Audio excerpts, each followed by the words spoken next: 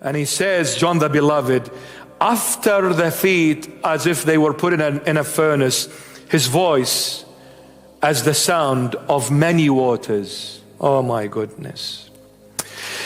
You see, what puts the fire off is water. We have almost every year in Australia bushfires.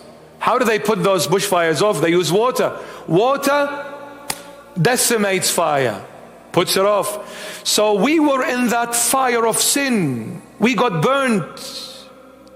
We were hurt. We were afflicted. We were rejected. We were demented. We had lost self-confidence. We were scarred mentally, emotionally, physically, psychologically, spiritually. In every aspect we were scarred.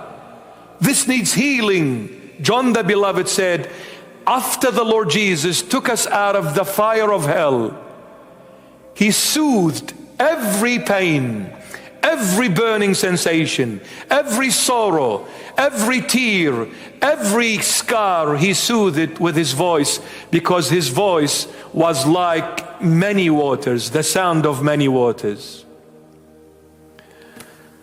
My goodness, when Jesus comes and speaks to us, His voice is so soothing, like the water that puts that fire off.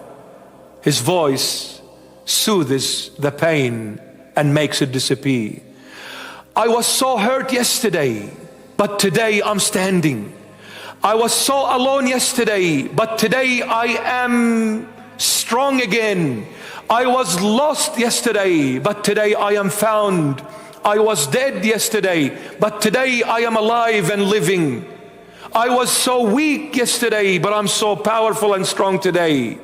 I lost hope yesterday, but I am all full of hope and energy. I want to embrace and engulf the whole world for Christ.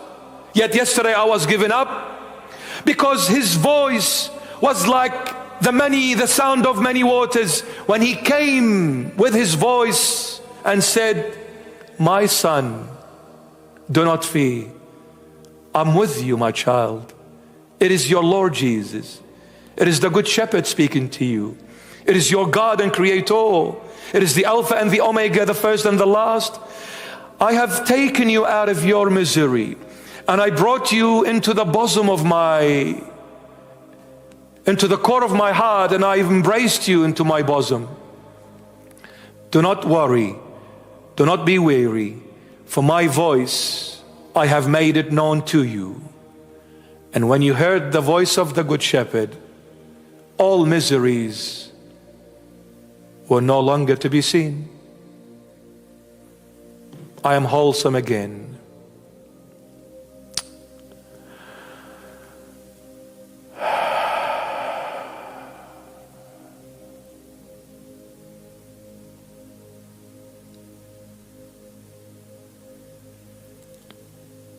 Jesus is good.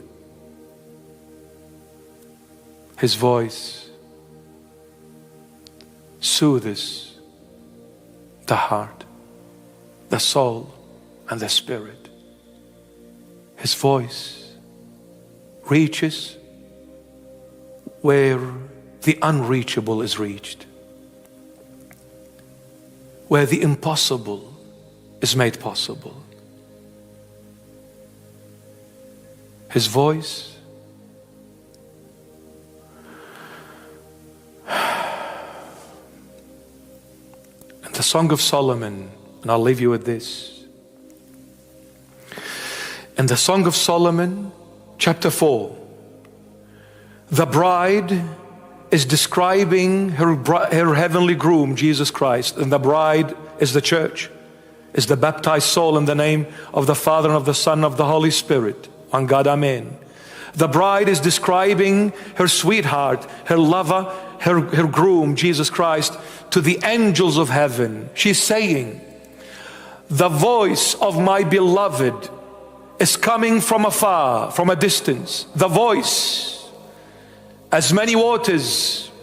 The voice of my beloved is coming from a distance. leaping over the mountains, jumping over the hills. The voice of my beloved is coming from a distance, leaping over the mountains, jumping over the hills. Quickly, mountains and hills both require climbing. There is a difference. The mountain, the surface is strong, but the hill, the surface is soft, it is sand. When you climb as a hill, you climb up one step, you go down 10. It is so soft, you just fall and slip and slide back again. You get up again, and you climb and you slide back again. You climb and you slide, you get up and you fall, you get up and you fall. The hills, the bride in the Song of Solomon, she is saying, the hills are the difficulties of my life, i.e. the sins, the inequities, the wrongdoings, the foolishnesses, and the shortfalls of my fallen human nature. These are the hills, the difficulties of my life. I sinned, I went and repented, and I sinned again, and I went and repented, and I sinned again. This is the sandy ground of the hill. You climb and you fall, you climb and you fall. But she is saying, do not give up when Jesus is your groom, my beloved soul. Do not give up, for his voice, not himself, but his voice is coming from a distance, leaping over the mountains, jumping over the hills. The hills are the difficulties, sins. The mountain is the impossible of your life. Hills, difficulties of your life. Mountain, the impossible. You climb the mountain much easier than a hill, but a time will come when you face a huge bulldoze and the road comes to an end. You cannot go any further. That is the impossible. So what is the impossible of the human race in its entirety? Death. For no one died and rose from the dead on their own accord by themselves. Only one did it, Jesus Christ of Nazareth. He placed it and he took it again. He died and he rose from the dead by himself. Mountains is the impossible of my life. Death, when I die, I cannot live again. Jesus died and rose from the dead. Hills, difficulties, my sins. She's saying his voice is leaping over the mountains, jumping over the hills. This is an encouragement to all of us.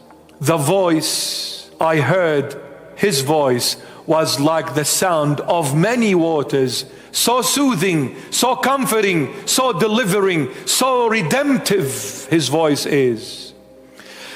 The difficulties of my life and your life, which are the sins, and the impossible of my life and your life, which is death, both death and sins are under the foot of Jesus Christ. For his voice was jumping over the mountain, death, was leaping over the mountain and jumping over the hills, sins. Everything is under the foot of Christ. Everything, my beloveds, is under his feet. Trust in the Lord, and trust when he whispers in your ear. For his voice saves, delivers, redeems, and soothes every pain and sorrow.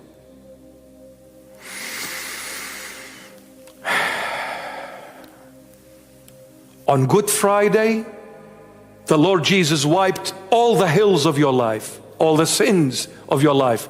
And on Sunday resurrection, he wiped the mountain of your life, death. And through his death, burial, and resurrection, he trampled death under his feet and rose triumphantly forever. He who has Christ has eternal life. An eternal life where no sin ever is in existence. Holiness only is there. That is the voice of the Alpha and the Omega, the first and the last, for all of us, my beloveds. Enjoy your stay at home, thanks to Corona, and enjoy the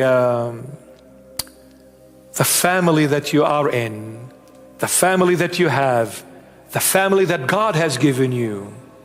Enjoy it with the Lord. I urge you, those who are watching us and hearing us, read the Holy Bible to your family. Bring all your family members while you're at home and you can't go anywhere. Thank God for Corona. Bring the Holy Bible and make them sit around you and read the word of Jesus Christ, which is the sound of many waters, so soothing, so comforting, so delivering, so promising, so strengthening, so comforting. Utilize this time. Be wise and spend this moment with the Creator, the Savior and the Redeemer of the world, the one and only, the sweetheart of all sweethearts, Jesus Christ of Nazareth. All glory to His holy, precious, adorable, worshipped name, Jesus Christ of Nazareth. Amazing, stunning, breathtaking. I love you, Jesus. I love you. And I adore you, Lord. I worship you and I praise your holy name. I thank you all my life and for eternities to come. For eternities are never enough time to thank what you have done for me and everyone.